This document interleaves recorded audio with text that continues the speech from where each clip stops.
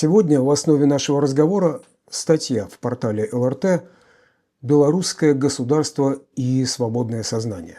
Свои мысли литовский профессор Гинтаутас Мажейкис делит соображениями белорусского, к счастью, бывшего политзаключенного, методолога Владимира Мацкевича. Делит или соединяет, объединяет их общие мысли.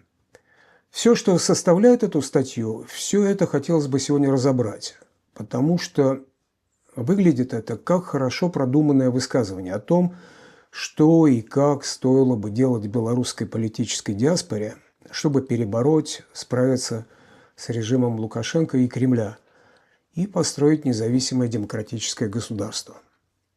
Мы пойдем прямо по тезисам этой статьи, обсудим с вами, как с бывшими политзаключенными, уже находящимися в изгнании, вероятно, достаточно, чтобы понимать состояние диаспоры, ее центры активности, влияния и потенциал белорусского сопротивления. Изменилась ли ситуация к белорусской эмиграции после освобождения бывших лидеров оппозиции Сергея Тихановского, Виктора Бабарика, Марии Колесниковой, того же Владимира Мацкевича? Что-то изменилось с их приходом сюда? Мне кажется, что были ожидания, что все изменится мгновенно. Так, по мгновению волшебной палочки Гарри Поттера это, конечно же, не произошло. Это были ложные ожидания, потому что белорусская политика, она развивается по спирали, или, можно сказать, волнообразно. Сначала мы у подножия волны, потом мы поднимаемся вверх, потом мы обратно падаем. Когда мы находимся у подножия волны, каким бы ты ни был замечательным аналитиком, каким бы ты ни был замечательным гениальным политиком и тому подобное, ты не сможешь сделать ничего серьезного, если у тебя нет ресурсов. Нужны ресурсы. Ресурсы возникают в основном тогда, настоящие ресурсы. Ресурс политика – это доверие народа. Тогда, когда эта волна опять снова поднимается вверх. Как говорил Николай Статкевич, когда у белорусов появится надежда, вы их не узнаете. Поэтому, да, пришли новые люди, они начинают определенную работу, они осознают, что происходит вокруг них. Некоторые знали это прекрасно, например, Николай Статкевич прекрасно понимает, что вокруг происходит. Но некоторым нужно время.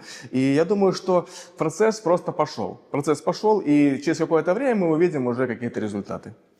Да, были большие ожидания у людей, конечно, потому что 5 лет прошло, люди были подавлены, многие разочарованы тем, что произошло. И, конечно, они ждали в освободившихся политзаключенных, многие из которых там известные, медийные какие-то политики, они ждали, что будет какой-то рецепт, появится надежда, и она появилась. То есть, если вы спрашиваете, изменилось ли что-то и как ли это повлияло, то я думаю, что это вдохновило людей. Мы видим, что активность, как минимум, очень сильно возросла, начиная с июня и тем более с сентября 2025 года в политическом поле и в диаспоре белорусской. То есть начались активно споры, потому что вышли люди, которые посмотрели просто, что происходит, и они начали задавать вопросы. Кто-то начал пытаться делать какие-то альтернативы, и это оживило вообще всю политическую жизнь. И тут я считаю, что это положительный момент, потому что в споре рождается истина, и когда начинается это бурление, то как минимум что-то из этого получится. Это лучше, чем тишина и молчание. Но что касается прям быстрых ожиданий, как сказал Сергей, да, кто-то надеялся, что вот сейчас придут новые люди, они все решат, все вопросы. Так, конечно же, не бывает. Если говорить про Сергея Тихановского, Бабарика, Колесникову, большинство названных людей, то они залегли на дно. Тихановский сейчас учит английский в Америке, Бабарика где-то обретается в Германии, то есть они дают интервью периодически, что-то там где-то говорят, но фактически они сейчас активной деятельностью такой прям сильно и не занимаются. То есть от них прям каких-то скорых рецептов мы не слышим. Но я думаю, что в будущем они себя проявят, потому что тоже, как сказал Сергей, тут я немножко другими словами выражу, время от времени открываются окна возможностей. И вот сейчас, пока мы находимся, я думаю, где-то оттолкнулись от дна и постепенно начинаем подниматься вверх. Все ожидают на фоне международных событий, то, что происходит в Венесуэле, в Иране, поведение Трампа и так далее, поведение Путина и Лукашенко, что, возможно, очень скоро, в ближайшие годы, откроется окно возможностей в Беларуси и, возможно, даже в России. И поэтому сейчас мы должны быть к этому готовы. И таким образом мы приходим к другому тезису, очень логично, по-моему, другому тезису той статьи. Он о том, что белорусская оппозиция была и остается в состоянии застоя. Она не знает, но размышляет и обсуждает, что делать дальше. Вот так даже это выглядит с ваших слов сейчас. То есть до сих пор и, наверное, по сей день это, я бы сказал, такой интеллектуальный и, может быть, политический застой. А сейчас вот возникли, родились дискуссии. Почему так происходит? Объясните, пожалуйста. Все-таки 5, наверное, лет, которые привели к застою, и лишь появление, вот эти волны депортации политзаключенных оживили. Где все это было до сих пор? Что с головами? Хорошо. Ну, как мы уже говорили ранее, 5 лет прошло, да, почему не было какой-то активности? Потому что основные герои, большинство участников и, так сказать, таких деятелей, да, серьезных, они находились в тюрьме. Поэтому вот тот же Мацкевич даже, где находился этих 5 лет Мацкевич, соответственно, ну, не мог он там действовать никак. То же самое касается и Статкевича, и Северинца, и Бабарика, и всех остальных. Вот, поэтому, ну, да, Речь-то, извините, перебиваю, не о них, а о тех, кто был, в общем, вполне комфортный для любой деятельности, обстановки. На этот вопрос мне ответить достаточно сложно, чем они занимались и почему они так делали. Я сам задаю им этот вопрос. Почему за 5 лет они не пытались что-то сделать? Это сознательно или это случайно? То есть тут это сложно доказать. Я не могу кого-нибудь обвинить, прям так жестко сказать, что они там конкретно ничего не делали. То есть, ну, я могу по факту предъявить, что так и так, вот прошло столько-то времени, были упущены возможности, было сделано многое для того, чтобы белорусов деполитизировать, потому что это были и сливы данных, и скандалы, и различные варианты происходили, да, событий. И это привело к тому, что люди разочаровались. Это не просто так произошло. То есть был огромный потенциал в 2020 году, а сейчас его нет. Но теперь пришли герои, и поэтому будет что-то меняться в любом случае. Давайте. Потенциал был просто слит. Тут есть объективная часть проблемы и субъективная. Объективная – это то, что я уже сказал, это вот эти вот волны, а субъективная – это то, кто конкретно был субъектом политики. Это были весьма сомнительные персонажи. Чем они занимались? Ну вот я вот вчера читал статью на одном польском портале. Возможно, там клевета написана. Тогда пусть Тихановская подаст в суд на польских журналистов, но там написано, что один день работы офиса Тихановской в Польше будет стоить 7500 евро. В год это будет почти 3 миллиона. 3 миллиона евро на что, извините? На съем квартир, на походы в рестораны, на полеты, на ненужные совершенно встречи. Вот этим они и занимались. Они занимались политическим бизнесом. Это не имеет никакого отношения к тому, что действительно нужно Беларуси. Я бы лишь уточнил, что эти цифры, они поступили от кого-то, они опубликованы, но лично для меня и для Верниса они не проверены и, в общем, ничем не доказаны. Согласен, пусть Тихановская подаст в суд, если это неправда. Это тогда называется клевета. Тогда вопрос, а действительно ли идут политические, идеологические дискуссии и в их центре интеллектуальной разработки Владимира Мацкевича, как утверждается в статье? Я сейчас не проверяю, а на самом деле пытаюсь понять, не проверить, а понять реальную жизнь, реальную обстановку политической диаспоры в эмиграции. В свое время один философ сказал, что прошлые философы прошлого пытались осмыслить мир, а нынешним философам нужно заняться его изменением. То есть нынешняя философия по-настоящему является философией практической, может быть, в кантовском смысле. И поэтому, да, можно говорить сколько угодно о изменениях в сознании, но все это не имеет практически никакого значения, если это не связано с реальной практикой политической жизни. Поэтому в какой степени Мацкевич является практиком, я не знаю. Я не слышал ничего серьезного о том, что он делал перед 2020 годом. Ну, он был вне наших кругов, которые занимались тем, чтобы поднять народный протест. Я не знаю, чем он там занимался. Свежий ветер. 19-й год. Я слышал это название, но я не знаю, зачем это нужно и что это такое. Потому что это не было вокруг того, чем занимались мы. Именно то, чем занимались мы. Друзья, вопрос был другой. Что сейчас происходит? Каковы дискуссии эти? О чем они, если они есть? И правда ли, что в их центре вот те размышления, те идеи, которые разрабатывает Владимир Мацкевич? Может быть, какие-либо другие? Просто скажите, знаете ли вы об этом? Да, дискуссии, безусловно, происходят, но вот по поводу того, что вы говорите, они происходят не вокруг идей Мацкевича, они происходят вокруг того, что дальше делать вообще с Беларусью. То есть его вариант – это один из вариантов, который он предложил. Другие предлагают другие варианты. То есть кто-то рассматривает там силовые какие-то варианты. Да? В Украине воюет очень много белорусских добровольцев, у которых свое есть видение ситуации. То есть кто-то предлагает варианты через действия в судах, в различных международных инстанциях, там, давление через международные структуры. Кто-то предлагает через объединение белорусов там, здесь, в диаспоре, чтобы потом там прийти или там что-то, я не знаю, сделать каким-то образом. Кто-то предлагает там партизанские ячейки в Беларуси создавать. То есть варианты самые разные, каждый изгаляется как может. Но основные дискуссии происходят по поводу того, вообще это доверие к тем структурам, которые существуют здесь сейчас, и по поводу того, что они сделали за эти 5 лет, либо не сделали. А эти структуры, соответственно, защищаются, и на все попытки обвинений они пытаются оправдываться. То есть происходит такое, одни их обвиняют, а другие оправдываются. То есть я вижу в этом основную дискуссию. Какие есть площадки или форматы для этих дискуссий? Уже сейчас они есть и действуют? Ну, есть околоофисные СМИ, они, судя по всему, полностью подконтрольные, это практически все так называемые демократические СМИ. Поэтому они транслируют точку зрения только Тихановской, там дискуссии, в принципе, это не место для дискуссии, как российский парламент. Вот, есть интернет, и там есть определенные лидеры мнений. Но там достаточно токсичная обстановка временами, поэтому пока что в интернете не вполне можно надеяться на какое-то решение, но происходит брожение. То есть вопросы, по крайней мере, там можно задавать. И раз за разом люди все-таки слышат про Гаюн, про учебную книгу Беларуси. Вот недавно Паша Виноградов дал рекламу книжки, написанной, я не знаю, вот эта вот рогатка, она кто? Она подруга Матолька, да. И ты видел, какие там комментарии. Люди пришли и сказали, ты что, этот человек, он слил людей.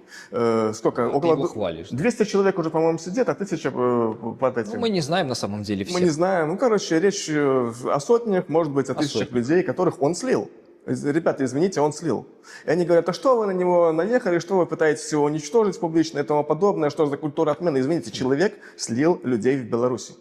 Ну, не мы его уничтожили. Это все, конец. А ты его рекламируешь. Сразу же он столкнулся с волной хейта, по сути, Павел Виноградов.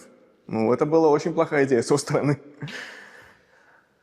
Мне бы хотелось, чтобы мы сейчас все-таки вели, я бы сказал, такой рабочий разговор, потому что пока много звучит о конфликте, о претензиях, о разногласиях, о противоречиях.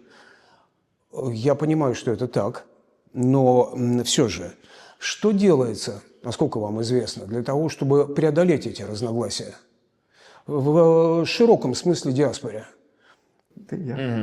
Давай, начну. Что происходит сейчас? Как мы видим, да, как Сергей уже сказал, что происходит монополизация СМИ, то есть офис пытается удерживать свою власть и околоофисные структуры, но много людей, и все больше их становится, которые недовольны, они пытаются создавать какие-то альтернативные площадки, пытаются создавать альтернативные структуры. Мы видим там попытки различные, там исход Неабы Яковых, первый и второй, который прошел, то есть это попытка объединить силы различные, консолидировать, которые не связаны вот с теми офисными структурами и попытаться найти альтернативный какой-то вариант и представление. Это и другие разные варианты, то есть очень много всяких маргинализированных площадок, небольших, да, в виде мелких каналов в соцсетях, в Телеграме там, и так далее, где собираются разные люди, обсуждают разные точки зрения. То есть, это очень много где представлено. Есть как бы много всевозможных дискуссий происходит в соцсетях по поводу постов разных. То есть где-то человек какой-то публичный что-то публикует, и там, собственно, происходит обсуждение. И тут дискуссии, главное, уже даже не тема поста, а разговоры людей в комментариях. Там, то есть сталкиваются разные мнения, и идет вот это брожение. Что полезного это дает? Потому что ведь такие дебаты, как вы описываете в комментариях и тому подобное, они обычно непродуктивны. Вы знаете, иногда бывает продуктивно. Вот, например, Дима сказал по поводу маргинальных чатов. Вот есть один чат, там 30 или 40 человек. И вы знаете, там поднимаются реальные вопросы и даются реальные ответы. Ну, например, я там написал: ребята, тут такая проблема со Саткевичем, да? Сразу же составили текст обращения к политикам, потом это пошло паре других юристов, они там подправили. И вот позавчера, я вижу, передали это послу Польши в Кипре, передали это тому послу и тому подобное. Идет работа, в том числе и практическая. Может быть, не так активно. Совершенно верно. Это они, может быть, маргинальны, да, в чем-то, но это реальные, это низовые темы, потому что философы создают философию сейчас для философов, политики создают политические структуры для политиков, а вопросы, которые интересуют простых людей, простых белорусов, они поднимаются довольно-таки редко, и как раз-таки это важно.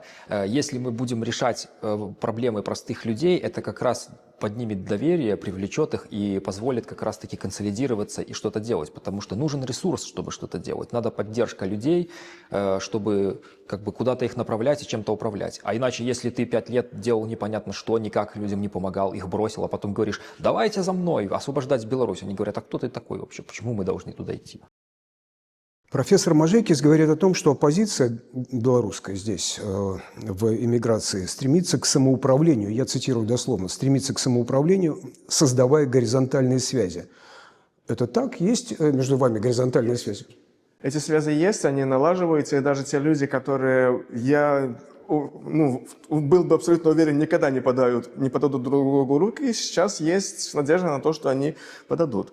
Одна моя знакомая говорит о том, что есть серьезная опасность, что белорусское политическое пространство станет некрополитическим пространством, что мы, как Белая гвардия, растворимся. Да? Это большая опасность. Это понимают очень многие люди из самых разных политических взглядов, направлений и тому подобное, у которых раньше были какие-то конфликты, и они готовы уже сотрудничать по некоторым конкретным вопросам. Я это вижу, меня это очень сильно радует. Пока что это все так неофициально, но я думаю, что со временем это, может быть, и будет более открыто. Меня это радует. Ну да, даже то, что вот мы сейчас с Сергеем находимся, это как раз одно из олицетворений того, о чем вы как раз говорите. Люди, как бы представляющие разные структуры, ну и таких много, то есть сюда можно было больше позвать разных людей и обсудить эту тему. И они бы пришли, потому что, ну, тема интересная и важная. И эти структуры друг друга не любят. И структуры, некоторые даже как бы официально, они друг с другом не контактируют, и считается, что они чуть ли не противоборствующие. Но по многим вопросам... Да, на самом деле, знаете, какой есть реальный конфликт, с которым невозможно ничего сделать? Это есть конфликт между теми людьми, которые занимаются политическим бизнесом, и теми людьми, которые хотят освобождения страны. Вот тут просто экзистенциальное у нас противоречие. С ними невозможно договориться. Вот в одной партии, допустим, к какой я имел отношение, там тот же самый конфликт. Пришли люди, которых абсолютно ничего не интересует, кроме их личного обогащения, может быть, еще чего-то сверх этого. Ну и с чем с ними можно заниматься? Это все партия для меня не существует, пока она не переродится. То же самое и тут. Но есть люди, которые реально хотят освобождения страны, и у них, может быть, совсем другие взгляды. Я, например, там за феминизм, например, да, а кто-то там, терпеть ненавидит это все, извините за выражение старинное, вот, какой-нибудь северинец, например, да, но если он все-таки встанет на правильную позицию, то тогда мы, конечно, с ним будем вместе. Ну да, проще это выразить, что сейчас и жук, и жаба, и гадюка все вместе объединяются. Но, как Сергей сказал, действительно, есть две основных позиции. Это те, кто создает видимость, то есть кто занимается политическим бизнесом, и те, кто хочет реально что-то делать. И вот тут происходит конфликт. Возникло ли что-то вот из этих горизонтальных связей, о которых вы говорите, что они есть, и вот наглядно они сейчас существуют у нас в кадре, возникло ли что-то, появилось, создано ли что-то, или готовится ли создание этого? Если вы имеете в виду создание какой-то единой структуры, то обсуждается, есть ли смысл в ней. Может быть, некоторые считают, что нет смысла, мы просто будем действовать каждый в своем направлении, и у нас будет несколько горизонтальных связей. Кто-то со всеми связан, кто-то связан, допустим, конкретно. допустим, если организация антивоенная, а вот, допустим, ВРы, которые там только вернулись с фронта, может быть, нам будет сложно сотрудничать и то. И то я знаю, что ведутся переговоры с пацифистами Германии, у которых есть возможность надавить на Россию, договориться, по крайней мере, об освобождении 2 бойцов полка Калиновского, которые находятся в плену и до сих пор живы. Молодые ребята, так что даже пацифисты с воярами могут договориться. Может быть, неофициально. Ну да, тут бы я сказал о том, что есть определенные зацепки у нас, и структуры находятся сейчас в стадии формирования. То есть я бы не сказал, что сейчас прям уже что-то создано, но они находятся в стадии формирования. Они начаты, эти процессы начались как раз вот где-то летом, может быть, 2025 года, и сейчас они находятся в какой-то, может быть, средней Сергей, вы, стадии. как мне показалось, больше сейчас акцент делали на политическом активизме, на политическом действии, таких связях горизонтальных, но которые имеют политические воплощения, сказал. Вот. Но ведь есть и просвещение, есть и медийные, то есть просто информационные, например, так сказать, воплощения. Возможно ли появление у вас тех или иных социальных медиа своих или образовательных, просветительских каналов, средств, ресурсов? Ведь откуда этот вопрос? Есть, как известно, серьезнейшее совершенно недопонимание, на мой взгляд, это, причем, мягко говоря, между литовским обществом и белорусской диаспорой под названием, это недопонимание, так сказать, под названием литвинизм. Некоторые говорят радикальный литвинизм, но в принципе обычно литвинизм. И, наверное, я предполагаю просто, имели бы смысл определенные, там, скажем, исторические курсы, образовательные те же самые, с обеих сторон причем, или даже совместно. Это не подсказка, это лишь мысли вслух. Повторяю, есть не только политика, есть то, что потом воплощается в некой более осмысленной, более осознанной, так сказать, и оправданной политике. Лично я партийный организатор, поэтому меня интересует только политика. И если что-то связано с культурой или с чем-то с медициной, меня интересует то, как это может быть связано с освобождением страны, самой главной задачей политиков, то есть приход к власти в Новой Беларуси. Вот если это полезно, окей. Если это не очень полезно, ну не очень окей. Если это вообще бесполезно, значит не надо тратить время на эту ерунду. Может быть кто-то другой, кто не может заниматься политикой, пусть он занимается, не знаю, лечением там бурундуков. Это тоже может быть полезно. Ну да, я скажу так, что вы немножечко не по теме тут обратились. Мы не историки. Есть в Беларуси один такой человек, который называет себя прям историком. Он рассказывает про Скорину, который в Питере творил, про стихи Василия Быкова. То есть мы такими вещами заниматься не хотим. И как бы я занимаю, ну я блогер, я занимаюсь медиа, и как бы да, я политический блогер, поэтому в основном политическую тему затрагиваю. Что касается того, что вы говорите, культура там и все остальное, важность этого безусловно. Я об этом говорил до 2020 года на старом канале своем. То есть я освещал инициативы, которые были. То есть я приходил, если находил таких людей, разговаривал с ними, рекламировал их, если это возможно. Сейчас как бы тоже мы видим, что разные проекты есть. Насчет исторических не скажу пока, что происходит. Культурные проекты, например, вот Илья Миронов концерты организует постоянно. Они объединяют тоже людей. Туда приходят и белорусы, и литовцы, и украинцы. Как бы все там вместе нормально дружат, отдыхают. И таких проектов много. И причем они низовые, они происходят за счет средств самих людей. То есть это не грантовые какие-то программы. Потому что если, например, говорить про образовательные курсы и все остальное, то это занимает много времени, создание серьезных видео. Это необходима хорошая академическая подготовка, чтобы знать, что говоришь. И, соответственно, ты должен за счет чего-то существовать. То есть ты либо как хобби это используешь, ты отрываешь какую-то часть времени, и это довольно сложно бывает. А человек, чтобы этим занимался профессионально, кто-то это должен финансировать, должны быть какие-то грантовые программы для таких людей. Или какая-то поддержка от диаспоры низовая. То есть люди объединялись, собирались. Поэтому это вопрос более сложный, чтобы за 5 минут его объяснить. Ну, я добавлю по поводу темы литвинизма и связи с литовским обществом. Другие темы, которые волнуют литовское общество. Ну, вот вчера мы общались с активистом Чивилисом, и я забыл второго блогера. Мы как раз поднимали эти темы. То есть, да, необходима открытость, нужно с ними общаться. А второе, что я хотел второе сказать, я забыл, извините. Ну, тогда еще тоже небольшую ремарочку по поводу конкретно литвинизма. То есть я, допустим, одним из решений этой проблемы вижу в будущем какую-то, возможно, конфедерацию, либо что-то еще. То есть, создание какой-то структуры из там Беларусь, Украина, Литва, то есть, объединение какой-то стран, которое могло бы решить вот эти вопросы, там, взаимные территориальные претензии, какие-то поползновения со стороны там литвинистов, каких-то радикальных украинских националистов, у которых там с Польшей претензии есть. То есть это все решаемо на политическом уровне, можно договориться в этом плане. По поводу еще истории, Николай Статкевич недавно говорил мне, что было бы неплохо в том числе действительно заняться вопросом истории. Образовательный какой-то проект, может быть, комиксы об истории, для того, чтобы, как он говорит, что многие войны начинаются учителями истории. Для того, чтобы некоторые вопросы, которые педалируются всякими шовинистами, закрыть в массовом сознании, нужно до людей каким-то образом достучаться, и, может быть, есть смысл в таком проекте. Это может быть достаточно дешево, с использованием искусственного интеллекта, делать какие-то комиксы, делать какие-то мультфильмы, рассказывать людям об истории. Может быть, это было бы для какого-то активиста от исторического образования, может быть, это было бы полезно. Он предлагал делать это мне, но я боюсь, Это мне нужен не целевой интересно. человек, который Да. в этом разбирается и который будет это делать специально. В статье утверждается о том, что формируется, хотя, на мой взгляд, он, в общем, уже и существует, так называемый цифровой концентрационный лагерь. Это тотальный контроль социальных сетей. В России сильнее, в Беларуси еще не так, несколько слабее, но тоже.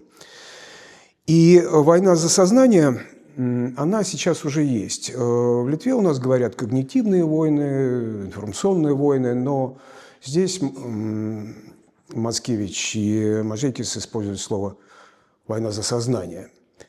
И что в этом смысле может сделать политическая диаспора? Ну, войны за сознание – это не ново. Как бы я впервые столкнулся с этим, увидел активно, насколько это происходит. Это после начала оккупации Крыма, после Донбасса, тогда началась прям жесточайшая информационная война. Если брать более ранние варианты российской агрессии, там Грузия и все остальное, тогда еще интернет не был настолько развит, поэтому проще сказать, что там телевидение больше использовалось. 20-й год в Беларуси, да, он сыграл огромную просто роль, там шли жесткие информационные войны, сейчас они немножко слабее уже идут. Сейчас я бы сказал, что да, идет война за сознание. И что может сделать диаспора? Ну, это, конечно, создавать какие-то медийные ресурсы и работать именно на результат в первую очередь. То есть не создавать видимость и там отмывать деньги на какие-то СМИ, а реально приглашать мотивированных людей. То есть человек, он хочет это делать, у него есть идея заряженная, он приходит и борется. Он готов 24/7 работать, там, выдавать какие-то идеи. То есть люди, которые действительно солдаты информационной войны, а не инфобизнесмены, не инфо-цыгане. Вот. И в таком случае мы получим хороший продукт, потому что есть люди, у которых есть идеи, но у них нет ресурсов, а есть люди, у которых есть ресурсы, но они не хотят реально что-то делать. Мы можем посмотреть на историю, чем занимались диаспоры революционные в прошлом. Можем посмотреть на итальянцев. Вот. Мадзини занимался пропагандой, Гарибальди занимался войной. Вот это два основных занятия, которые могут быть. Русская эмиграция, Герцен.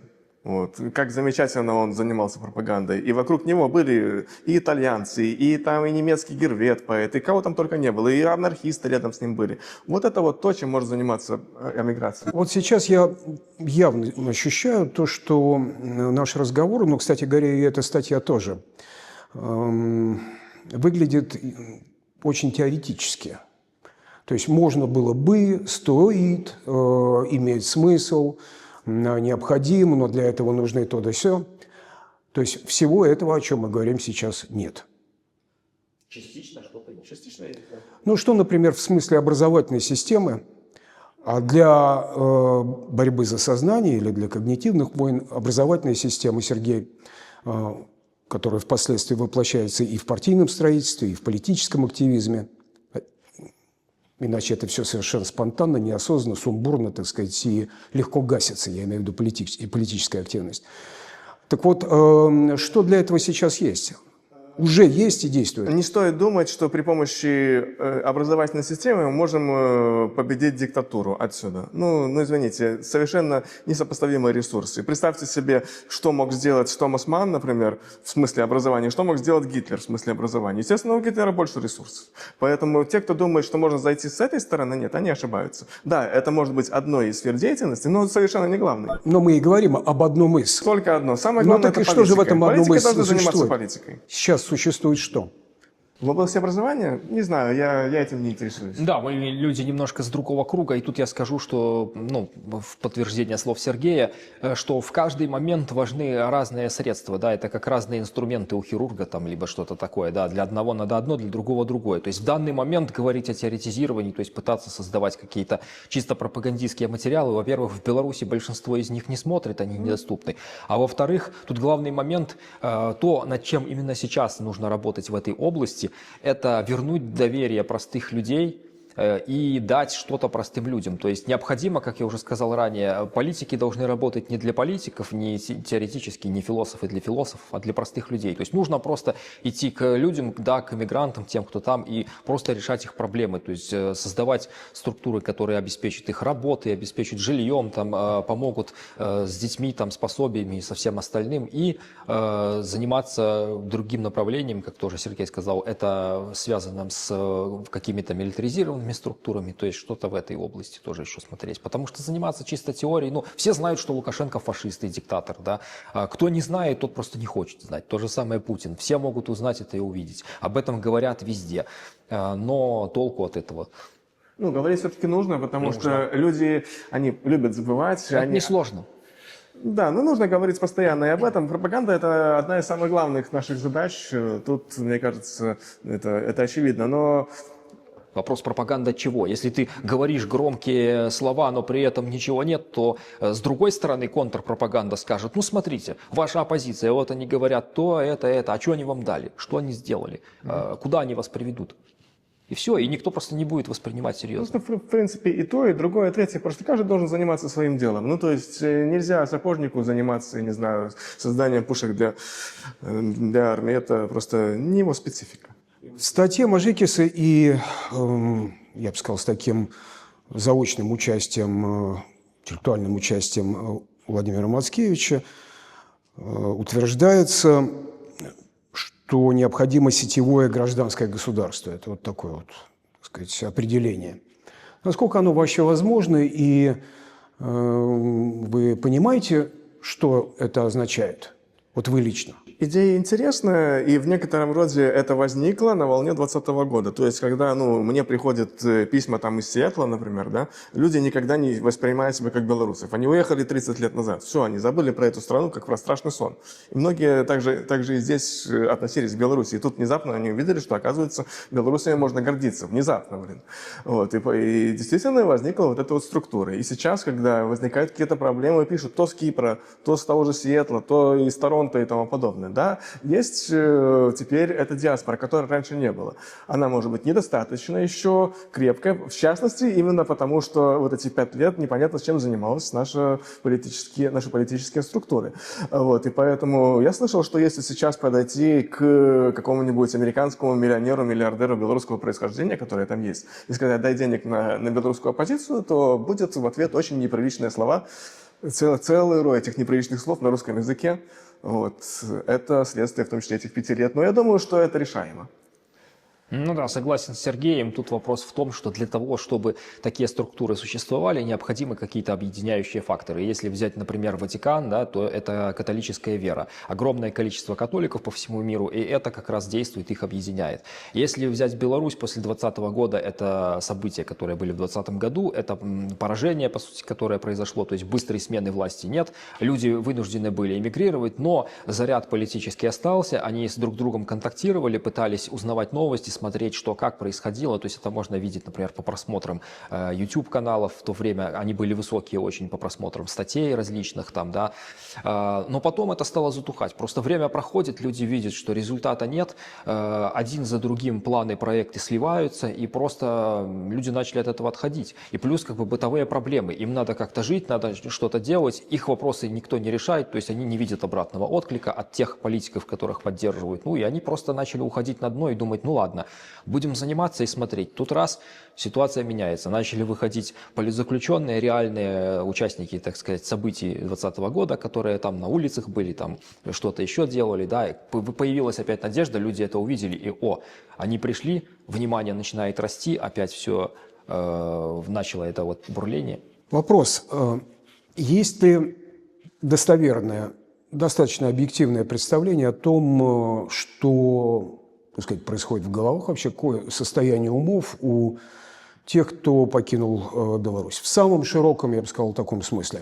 Это те, кто были в 2020 году, они, в общем, такими и остались. В массе своей, я подчеркиваю, в массе, не в вашем пузыре, человеческом, так сказать, в самом хорошем смысле, естественно, у каждого свой круг общения, вот, а в самом широком исчислении, в массе. Они такие или они другие? Другие в каком смысле? В любом, во всех смыслах. Дело в том, что параллельно существует другая диаспора, даже не важно какая, но также покинувшая страну и не такая многочисленная, может быть, поэтому она лучше наблюдаема просто, так сказать, потому что она более миниатюрна. Но она меняется. И на этот счет есть вполне достоверная социология и социальные, психологические всевозможные, так сказать, маркеры и анализы, вот, которые говорят о том, что это совершенно не те люди, которые были в 22 году или еще раньше. Вот, и не просто другие, но они сейчас, я бы сказал, сращиваются в процессе сращивания, так сказать, с путинизмом, с Кремлем. Здесь, в Европе находясь. Путинисты здесь есть, но... Дело сейчас не про разговор не про путинистов, а про белорусскую вот эту вот среду человеческую. Это те самые стойкие, скажем, убежденные бойцы, борцы, что были в 2020 году, или это нечто другое? И что? Есть ли об этом какая-то информация? Стойких борцов всегда несколько процентов, поэтому почти все, кто уехали, да, это в основном были сливки общества, ну, в политическом смысле, да, то есть люди, которых интересовала политика. Если человек уехал по политическим причинам, значит, это один из тех, кого политика интересовала. Но, тем не менее, бойцов всегда мало, и какой-то процент становится бойцами во время, когда эта волна поднимается вверх. Вот. После этого они теряют эти свойства. Речь о широкой массе. Широкая масса, она всегда является именно массой, то есть это болото. Это нормально. Но они, в них эти зерна 2020 года, зерна уважения к себе, уважения к своей стране и тому подобное, они все-таки есть, они сохранились, и они ждут своего часа. То есть, когда будет следующий момент, есть надежда, что те из них, кто не слишком устал, у кого не слишком плохое здоровье, кто не слишком стар, они опять присоединятся и поделятся своим опытом, как это было много раз, даже если не будут активны. Вы уверены в этом? Это нежелаемое, это действительно? Так уже было много раз. Так уже было много раз. Единственное, что большая проблема белорусского протеста, это то, что каждый раз приходит слишком много новых людей, которые не хотят спрашивать у старших. Они не хотят смотреть на старый опыт, они думают, ой, мы такие умные, мы такие замечательные, что эти старые политики, они 30 лет воюют с Лукашенко, они ничего не знают. На Да, акции вот протеста в Вильнюсе сейчас, и уже в течение последних примерно больше года, может быть, 1,5 лет, приходит несколько десятков человек. Это да. Не более того. Да неинтересны эти акции протеста. Какой смысл в акциях протеста в Вильнюсе?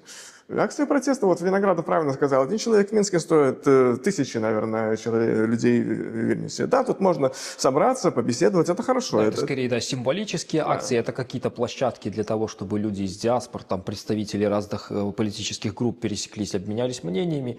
То есть это больше символические события, чем действительно какая-то борьба там или что-то еще. Я вот прихожу, например, потому что каждый раз пройдет то немец, то итальянец, я, значит, с ним встречаюсь, и говорю, о, пошли вот сюда, вот в это здание, в белорусский центр. Совместные акции с иранцами происходили не для того, чтобы свергнуть там режим в Иране. Понятно, что из Вильнюса ты Аятоллу никак не скинешь. Но это для того, чтобы установить контакты между собой, там белорусы, украинцы, иранцы и так далее, чтобы люди друг друга знали и поддерживали контакты и друг друга поддерживали. Вы сейчас говорите о все-таки узком, я бы сказал, человеческом периметре, а вопрос был о широком.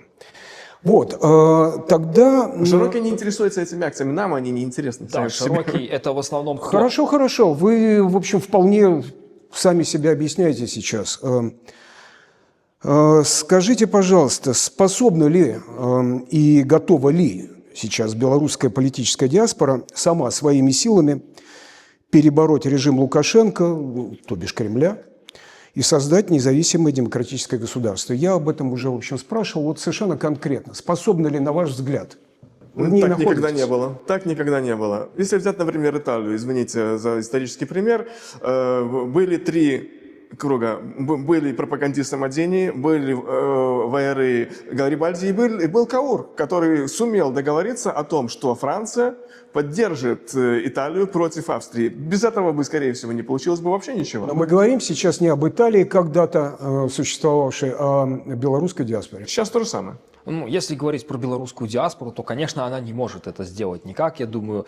Тут вопрос другой, что, в первую очередь, это белорусы, основная масса там, в Беларуси должны быть. Другое дело, что диаспора может направлять, мотивировать, и потом, когда произойдут какие-то изменения, откроется окно возможностей, люди из диаспоры должны быть готовы, чтобы в том числе взять какие-то бразды правления, да, перехватить там управление, да, у лукашистов, не допустить того, чтобы элиты снова вылезли, как мы видим после развала Советского Союза. Казалось бы, вот он рухнул, а все эти коммунисты старые, они поднялись и в Беларуси просто захватили власть. Ни в коем случае, я считаю, нельзя допустить повторения, чтобы вот эти все заскорузлые элиты опять вылезли, потому что Россия будет пытаться, в первую очередь, первый, кто будет пытаться делать, это Россия, поглотить Беларусь, туда инфильтровать своими агентами, их там сейчас очень много, и думаю, что будет потом больше, то есть они могут накачать какие-то персоны такие, которые будут, информационно, политически будут играть в их сторону, так что, здесь важно, чтобы диаспора была готова в нужный момент тогда взять управление. А еще не только же Россия, у Украины, у Польши тоже есть свои интересы, которые не всегда совпадают с белорусскими. Если каких-то политиков купят поляки, например, нам это тоже не нужно. Мы должны сами управлять своей страной. Да, Украина олигархическая тоже. Там олигархи спят и видят, как бы захватить еще действующее производство, которое еще чего-то стоит, и себе их прихватить. То есть мы видим ситуацию, какая в Украине, да, в этом плане. И то же самое будет происходить здесь. В эмиграции есть такие фигуры, которые способны, скажем, построить эту самую власть, построить новую власть, имеется в виду, которая создаст новое государство, демократическое государство белорусское. Политика – это как вампир. Он живет кровью народа, то есть доверием народа. Сам по себе он ничего абсолютно не может. Если в нем есть эта кровь, тогда он что-то может. Поэтому надеяться, что придет волшебник и построит нам все, сделает нам все красиво, так, конечно, не будет. Это невозможно. Нужно, чтобы все вместе, разные, может быть, группы работали на единую цель, на прекрасную Беларусь будущего. Мы видим ее по-разному. Это нормально. И если мы будем хотеть в своей стране добра по-разному, то в процессе мы это добро все-таки... Я ловлю на слово, только что прозвучала прекрасная Беларусь будущего, если я не ошибаюсь. Есть замечательный пример, к чему это выражение, в общем, привело. Что оно дало практически, я имею в виду, так сказать, на деле, насколько оно оказалось эффективно. А вы как считаете? Смотрите, по поводу того, что сейчас Сергей тоже говорил, что да, такие люди перспективные есть, которые могут это сделать. Другой вопрос, что да, насколько они получат поддержку, насколько они смогут себя реализовать, потому что в 2020 году мы тоже думали, что удастся реализовать сценарий, да, смены, причем такой максимально бескровной смены Лукашенко, и как бы была ставка там на Тихановскую, была ставка на Колесникову, там на других людей. Но в итоге, как они себя показали? Думали. Что? Кто-то другие думали, я так не думал, что Тихановская что-то может. Пытались как бы через нее реализовать. Была надежда как символического лидера, да, как кандидата в президенты для того, чтобы... Это не значит, что она что-то может. Понятно, что не она, но просто использовать это, да. Но в итоге к чему это привело, мы видим, и, соответственно, говорить заранее, что вот он там все сделает, он что-то сделает. Тут такой момент, как себя человек проявит в конкретной ситуации. Можно заранее очень много говорить, что это вот там великий лидер, он там все решит и все вопросы сделает, но как только вот эта самая ситуация представится, как он себя поведет. Наполеон, когда высадился со своей там сотней или 2 сотнями гренадеров, то он дошел до Франции с целой армией. Почему? Потому что народ был к этому готов. Гарибальди вышел с 1000, в свой поход. Он дошел до Рима. Почему? Потому что народ был готов. Сергей, я все-таки стараюсь вести практический разговор, а не общетеоретический с экскурсами в историю. Что дальше завтра? Вот сегодня 5 марта, да? Завтра 6. Что в том духе, в том смысле, как у нас сегодня происходит разговор, что будет сделано или нужно сделать? Происходит дальнейшее развитие событий, да, формирование различных структур. Люди между собой пытаются искать контакты действенные, тот, кто хочет что-то делать, для того, чтобы организовываться и чтобы в будущем что-то получилось. Поэтому сейчас пока такая промежуточная стадия, я бы сказал. Поэтому про практическую часть сейчас сказать сложно. Если планы какие-то есть, то я бы их точно не стал озвучивать, потому что нельзя. Ну, кое-какие задумки есть, но я пока считаю, что наиболее практичное для меня сейчас будет это укреплять ту организацию, в которой я нахожусь, и, возможно, подумать все-таки о перезапуске старой ТР-партии, если это вообще реально. Вот это достаточно практичная задача, конкретно для меня, это моя сфера. Я конкретно блогер, поэтому у меня основная задача – это развитие моего канала, там, поддержка других каких-то блогеров. То есть, ну, развитие медиа, я в основном в этой сфере работаю. Общение с другими диаспорами, например, тоже это очень важно. Начали мы с иранцев, но почему бы потом не поговорить с пакистанцами, например? Почему бы нет? У нас общая проблема. Если говорить, да, про практическое какое-то применение, то есть, ну, чем я занимаюсь как блогер, ходить на разные акции, до которых я могу дотянуться физически, которые охватить, делать контент, фото, видео выкладывать, писать какие-то статьи об этом, для того, чтобы люди больше знали, для того, чтобы материал этот могли использовать другие люди, которые в других городах используют в своих статьях, которые, может быть, более какие-то серьезные вещи могут сказать, например. То есть, ну, такое... Это в практическом плане, производство контента. То есть я блогер, я произвожу контент в первую очередь. Хорошо. Я не философ, я не произвожу мысли в первую очередь. Я произвожу контент. Но вчера на стене на Тоталигатве обнаружилась надпись «Вильня наша». Это вот актуальное событие, которое здесь, в общем, на виду, и очень-очень даже беспокоит. С этим стоит что-то сделать или, ну, чего особенного, так сказать, этого было много, никого не удивляет, или... С этим надо работать. Завтра. С этим надо работать. Мы общаемся, ну, например, я достаточно плотно в последнее время стараюсь общаться с некоторыми литовскими националистами, вот, и, например, ну, с Чивилисом вчера мы разговаривали на эту тему, вот, и он согласился, что что-то тут странная история, это, например, вот эта надпись на Кудирка Айкшта, да, она в самом центре, извините, камеры, где камеры? У вас что, нету видеозаписи? Это странно, поэтому я думаю, Вопрос что... был, нужно ли что-то с этим делать? Нужно что-то сделать. В силах ли что-то сделать? Я вижу в этом провокации, возможно, белорусских или российских спецслужб. Не думаю, потому что что ты думаешь? Только если исполнители литовцы. Потому что, ну извините, но не может человек, который знает кириллицу, написать некоторые буквы так, как это написано. Ну, это человек явно, он пишет не кириллицей. Извините, это явно не белорусы писали. Как минимум половину этих надписей писал не белорусы. А второе, почему нет видеозаписей? Куда смотрит полиция, куда смотрит ДГБ?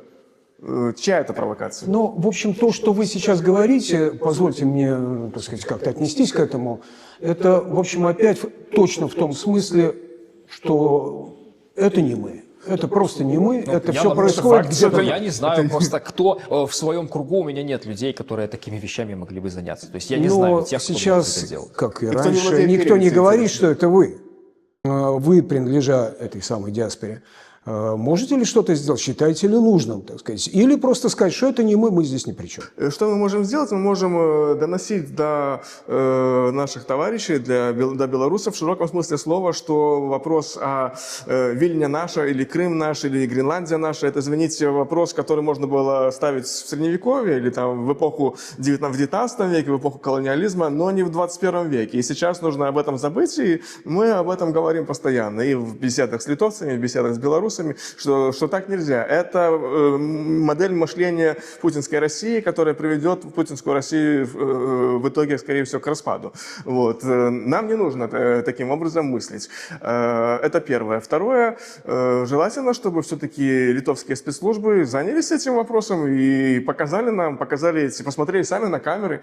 Если это не они сами, это, конечно, это делают, эти надписи. Потому что это очень странная история. Частично я уже по этому вопросу высказался. Я сказал, что какие есть политические возможности для решения. Что касается как бы людей, которые могли бы этим заняться, то есть я в ближайшем каком-то окружении или в дальнем даже не видел людей, которые могли бы это сознательно по идеологическим соображениям сделать. Поэтому я предполагаю, что это какие-то провокации спецслужб для того, чтобы как раз создать вот эту проблему, стравить белорусов и литовцев. И как бы тут сказать, ну как можно работать с провокатором, которому, допустим, деньги заплатили, как ему ты объяснишь, что нельзя это делать. Ему заплатили, он пошел и написал.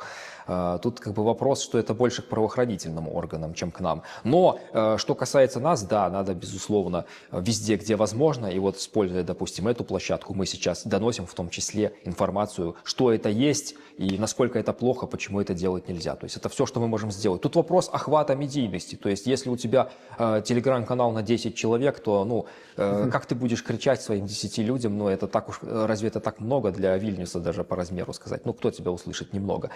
Тут надо как бы работать с охватами, то есть это должны большие медиа об этом говорить. Как раз-таки те самые каналы офисные там и прочие, которых там сотни тысяч подписчиков и которые вещают из каждого Тысячи утюга. просмотров. Да, из каждого утюга. Это вопрос к ним, как бы они должны об этом говорить, потому что их слышит это большинство, а как раз-таки альтернативные медиа, они сейчас только формируются, их мало. То есть мы об этом будем говорить, мы об этом должны говорить, но вопрос, кто нас сейчас услышит. В свою меру мы будем это делать, и мы это делаем уже сейчас. Спасибо, вас точно услышат. И слушали, и слушают, и услышат опять. Зря вы недооцениваете свое значение и внимание к вам. Спасибо большое.